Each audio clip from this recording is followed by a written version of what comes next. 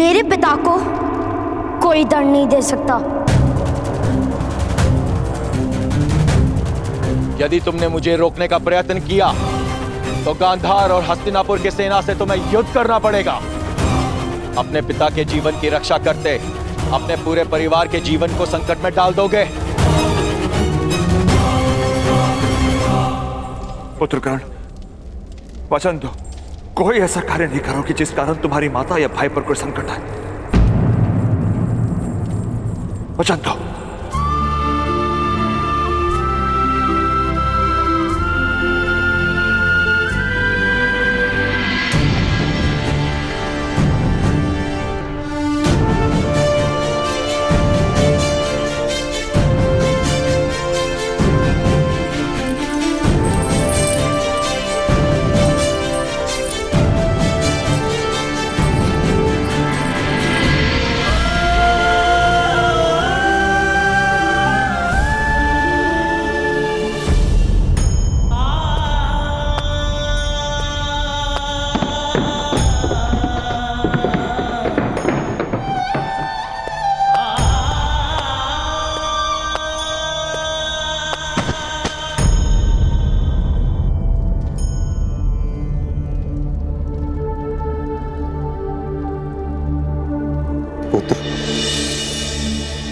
ताक्षरी, ये क्या छल हुआ है मुझसे? संतान के नाम पर मांस का लोथड़ा दिया है उस गांधारी ने। अब तक मुझे भगवान पर क्रोध था कि उसने मुझे दृष्टि से वंचित रखा, किंतु आज सुख है कि मेरे नेत्र नहीं हैं, कि मैं उस मांस के लोथड़े को देख नहीं पाया। मेरे भाग्य ने मुझसे मुंह मोड़ लिया है ताक्षरी। आज तक मेरी दृष्टि ने मुझे कभी पराजित नहीं किया, किंतु आज मैं अपने भाग्य से पराजित हो गया हूं ताक्षरी। आपने सदैव मुझे शिक्षा दी है ताक्षरी कि जब तक हृदय का बल है तब तक कोई भी संघर्ष बड़ा नहीं है, किंतु आज मेरे हृदय का बल ही टूट चुका है, टूट चुका है। नहीं नहीं पुत्र, जीवन की घटनाओं से हृदय का बल नहीं टूटता, मन का छल टूटता है। बुद्धि मार्ग को आधार बनाती है, किंतु हृदय अपने चरणों के साहस पर विश्वास रखता है। वो जानता है कि मार्ग निश्चित नहीं, दिशा निश्चित है। अगर एक मार्ग अविरुद्ध हो तो दूसरे मार्ग का निर्माण करता है। नहीं ताक्षरी, अब मेरे चरणों में वो शक्ति नहीं। मेरे स्वप्नों को पूरा करने का मेरे पास कोई और मार्ग नहीं है ताक्षरी।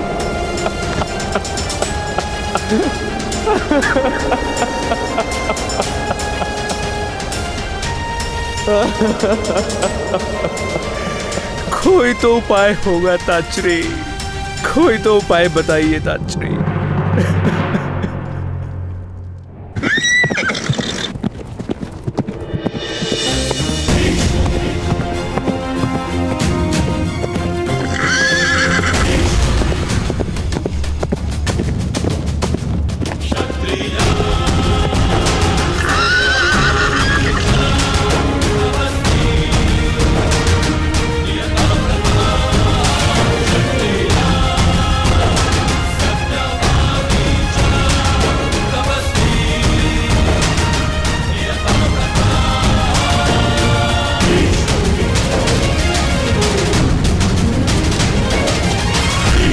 माते, आज आपके पुत्र को आपके मार्गदर्शन की आवश्यकता है।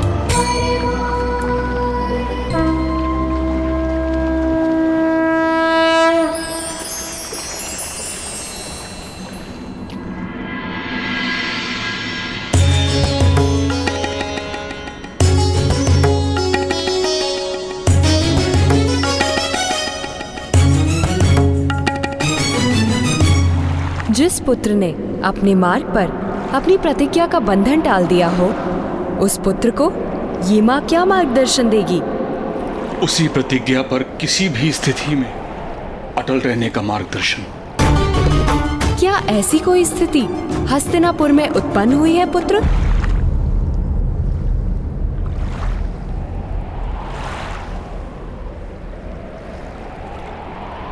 धृतराष्ट्र का दुख मेरे हृदय की पीड़ा है माता। उसने गांधारी के 100 पुत्रों के वरदान को अपना स्वप्न बना लिया है। एक मांस के लोथड़े से उसका स्वप्न पूर्ण किस प्रकार होगा?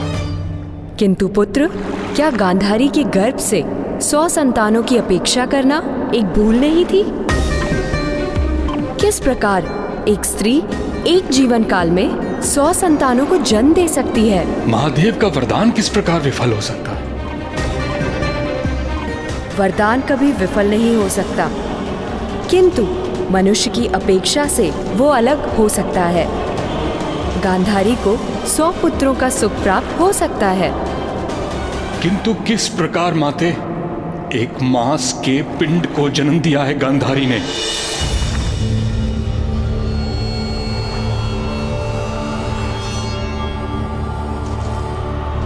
नहीं पुत्र, उसने 100 संतानों के गर्भ बीज को जन्म दिया है।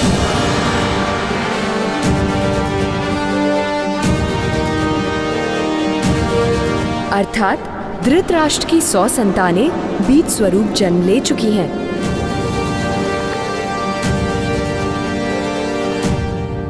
अब उन्हें मानव का रूप देना होगा और ये कार्य इस पृथ्वी पर केवल महामुनि व्यास ही कर सकते हैं।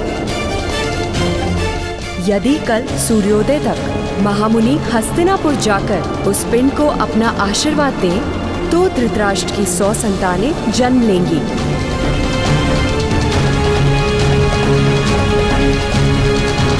अन्यथा पितृत्व का सुख उसके भाग्य में नहीं।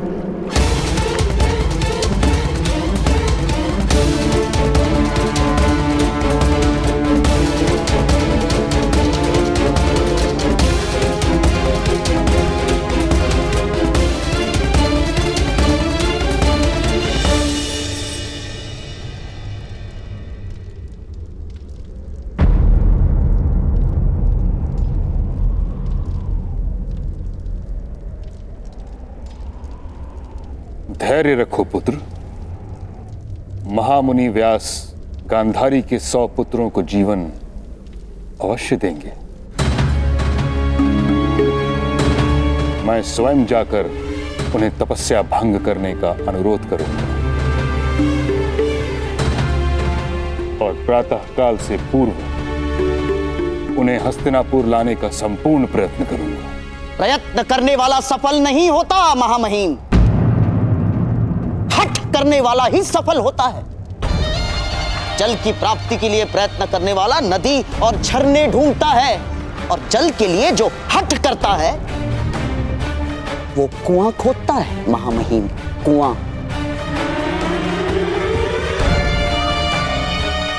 और आपको कोई अंतर नहीं पड़ता मेरी बहन की संतान जिए या नहीं। आपके मृत्यु के बाद पिंडदान करने वाला तो जन्म ले चुका है महामहिम।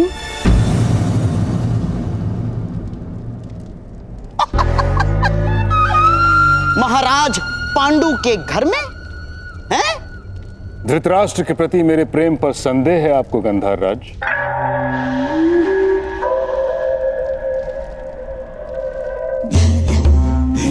कदापि नहीं महामहिम। जिसने ब्रह्मचर्य की प्रतिज्ञा ली हो, उसके हृदय की भावनाओं पर संदेह कैसे कर सकता हूं? किंतु यहां इस समय प्रेम का होना पर्याप्त नहीं। उन्माद, उन्माद की आवश्यकता है महामहिम, उन्माद की। उन्माद का अर्थ जानते हैं ना आप? जिसे रात और दिन का भेद दिखाई ना दे, जिसे सत्य असत्य, सार असार उचित अनुचित का विस्मरण हो जाए। उसे कहते हैं उन्माद, जो आज मेरे अंतर में है। इसीलिए शकुनी स्वयं महामुनि की खोज करने जाएगा। महामहिम,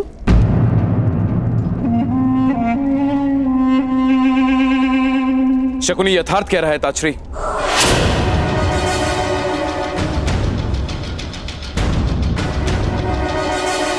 आप सदा ही धर्म के मार्ग पर चले, किंतु इस समय धर्म का नहीं, परिणाम का महत्व है।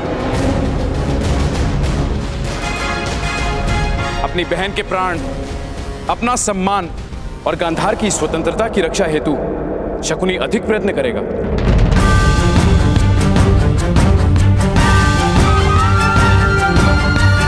मेरा आदेश है, शकुनी जाएगा महामुनि को ढूंढने हेतु।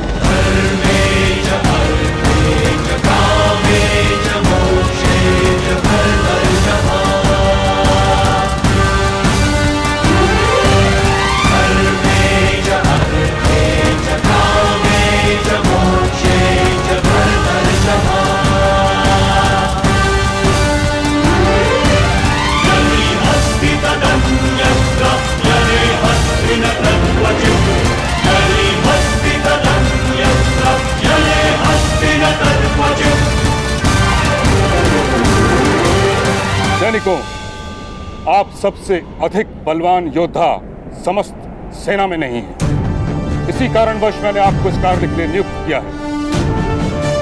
आप सब गांधार राज के संग महामुनि को ढूंढने जाएंगे। स्मरण रहे, महामुनि तक जाने वाला मार्ग अत्यंत निकट है। गांधार राज शकुनी के सामर्थ्य पर मुझे विश्वास नहीं, इसलिए उनकी रक्षा का भार आप पर है। यदि वो अपने कार्य में सफल होते हैं तो संपूर्ण हस्तिनापुर पर आने वाला संकट टल जाए। प्रातः काल से पूर्व महामुनि को हस्तिनापुर ले आते हैं तो आप में से प्रत्येक को धन, धान्य या भूमि देकर संतुष्ट किया जाए। जो मांगोगे दिया जाएगा। क्या जीवन दान मांगने पर वो भी दिया जाएगा महोदय?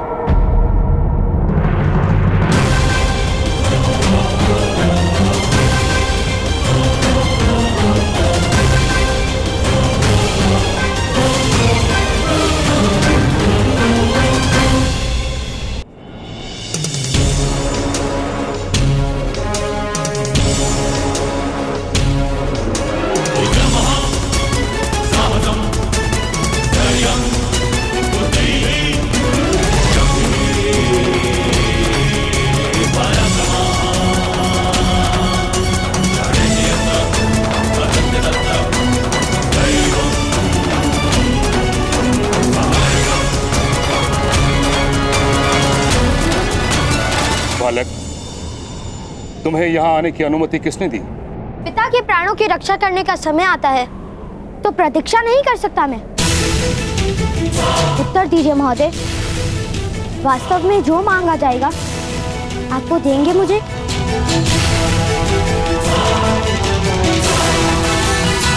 किंतु केवल सैनिकों को। अगर मैं इनसे पहले लेकर आऊंगा तो?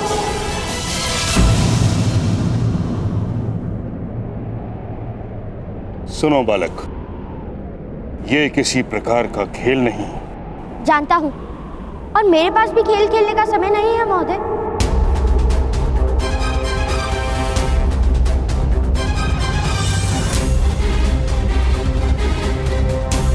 मैं अवश्य अपने पिताश्री की रक्षा करूंगा।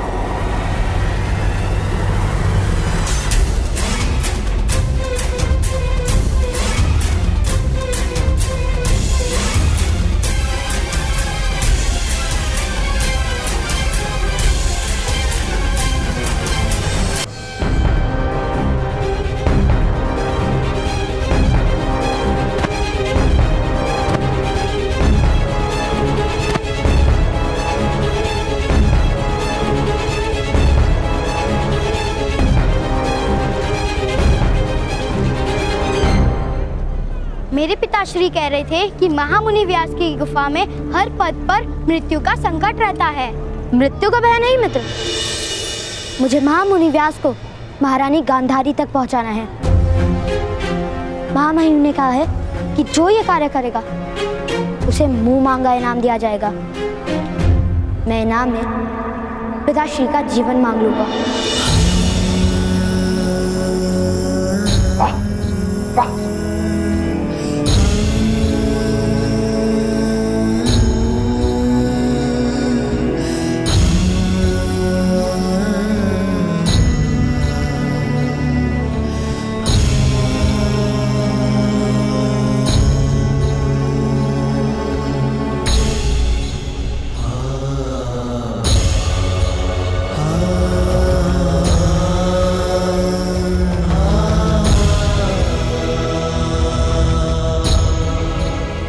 माता, मुझे आशीर्वाद दीजिए।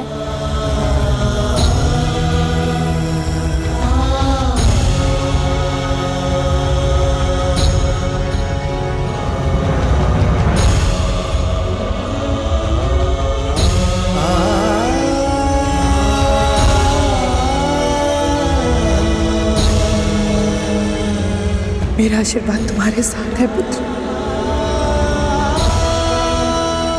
तुम्हारा ये विश्वास ही तुम्हारा सबसे बड़ा बल बने।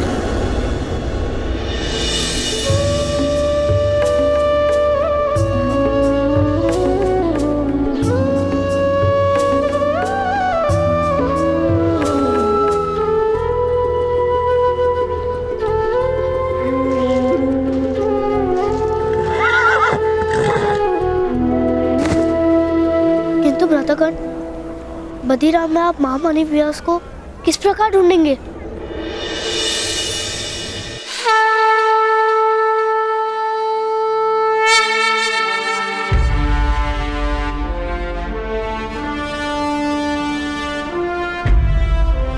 भगवान सूर्य नारायण मेरा मार्गदर्शन करेंगे।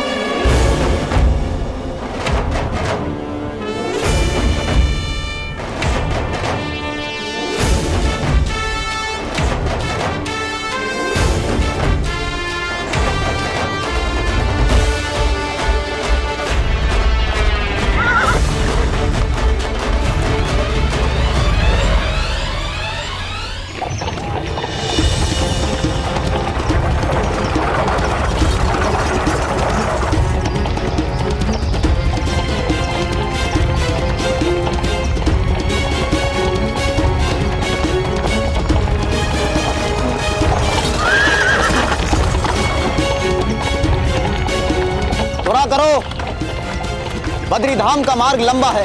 सावधानी से चलिए गंधराज। महामुनि व्यास ने इस मार्ग को बहुत कठिन बनाया है। कठिन? मुझे तो नहीं दिखाई पड़ती कठिनाई। इतना सरल मार्ग तो राजनगरी में नहीं होता। केवल बातें फैलाई है, बातें महामहिम भीष्म ने।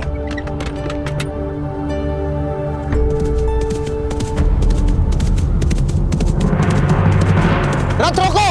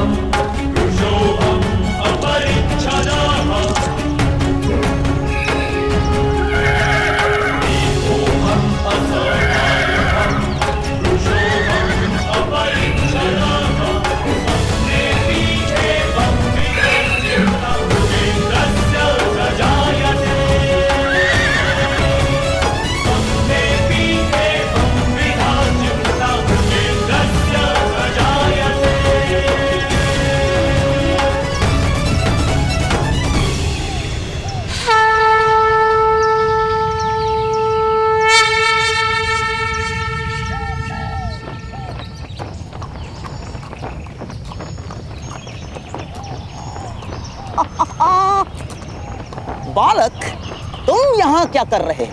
वही जो आप कर रहे हैं। मैं महामुनि को हस्तिनापुर ले जाऊंगा। तुम करोगे वो कार्य? जानते नहीं ये मार्ग अत्यंत कठिन है? आप जानते हैं कि मार्ग कठिन है, आओ फिर तो ये कार्य आपसे हो ही नहीं पाएगा। जो कठिनाई नहीं जानता वही कठिनाइयों से पार उतरता है, ऐसा मेरे ताऊ ने कहा था। बड़े बातूनी हो बालक, किंतु ये बालकों का खेल नहीं। उत्तम, क्योंकि खेल खेलने का समय मेरे पास भी नहीं है महोदय,